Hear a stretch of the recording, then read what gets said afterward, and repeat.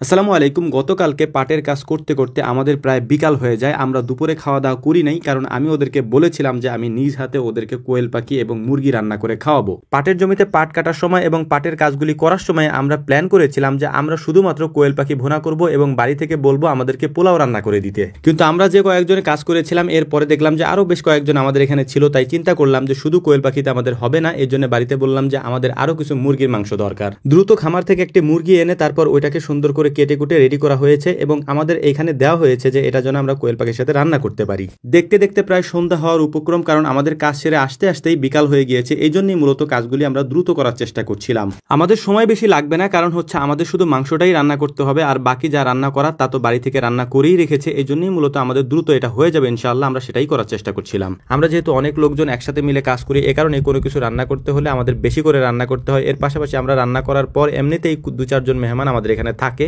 তো সব মিলিয়ে আমাদের রান্নাটা একটু বেশি করতে হয়। আর যেহেতু আমাদের কাজগুলি ইদানিং একটু পরিশ্রমের কাজ, কারণ খামারের কাজের পাশাপাশি বাহিরের কাজ বা কৃষি কাজ যদি আমাদের করতে হয় তাহলে ওই কাজগুলি আমাদের জন্য একটু বেশি পরিশ্রমের হয়ে যায়, কারণ খামারের কাজগুলি শেষ করে দেন তারপরে ওই কাজগুলি করতে হয়। আবার দেখা যায় যে ওই কাজগুলি করে এসে তারপর খামারের কাজগুলি করতে হয়, আমাদের জন্য একটু কষ্ট হয়ে যায়, যে কারণে খাওয়া দাওয়া আমাদের একটু বেশিই করতে হয়। তো যাই হোক, আলহামদুলিল্লাহ আমরা প্রথমে মাংসগুলিকে ভেজে নিচ্ছিলাম, অর্থাৎ মুরগির মাংসগুলি, এর পাশাপাশি কোয়েলের মাংসগুলিকে হালকা করে একটু ভেজে নিচ্ছিলাম। মাংসগুলিকে সুন্দর করে ভেজে নেওয়ার পর মশলা দিয়ে এটাকে আমরা ভুনা করে নিব। তারপর মূলত আমাদের যে আরো খাবারগুলি রয়েছে, মানে পোলাও বাড়ি থেকে রান্না করে রেখেছে, এর পাশাপাশি পাতলা ডাল আমরা রান্না করতে বলেছিলাম, কিন্তু ডাল আর পাতলা হয় না, ঘন ডালই রান্না করে রেখেছে। সবার পেটেই প্রচন্ড ক্ষুধা। এর কারণ হচ্ছে যে সকালবেলা আমরা নাস্তা করে গিয়েছিলাম, এরপরে দুপুরের দিকে বা 2টার দিকে মেবি আমরা হচ্ছে যে ছোলা এবং মুড়ি খেয়েছিলাম। এরপর আমাদের আর কিছু খাওয়া হয়নি, পানির উপর দিয়ে আমাদের সারাদিন আজকে চলছে। তো দ্রুত রান্না করার চেষ্টা করছিলাম যাতে করে আমরা খেতে পারি, কারণ ওইদিকে সন্ধ্যাও হয়ে যাচ্ছিল। এরকমই হয় যখন সকালবেলা আমরা খাওয়া দাওয়া করে তারপর কাজে চলে যাই, এরপর যদি আমাদেরকে ফিরে এসে আবার রান্না করতে হয় তাহলে সন্ধ্যা হয়ে যাবে, এটাই স্বাভাবিক, কারণ সারাদিন কাজ করতে হয়। সেক্ষেত্রে বিদেশে যারা থাকে বা প্রবাসে যারা থাকেন তাদের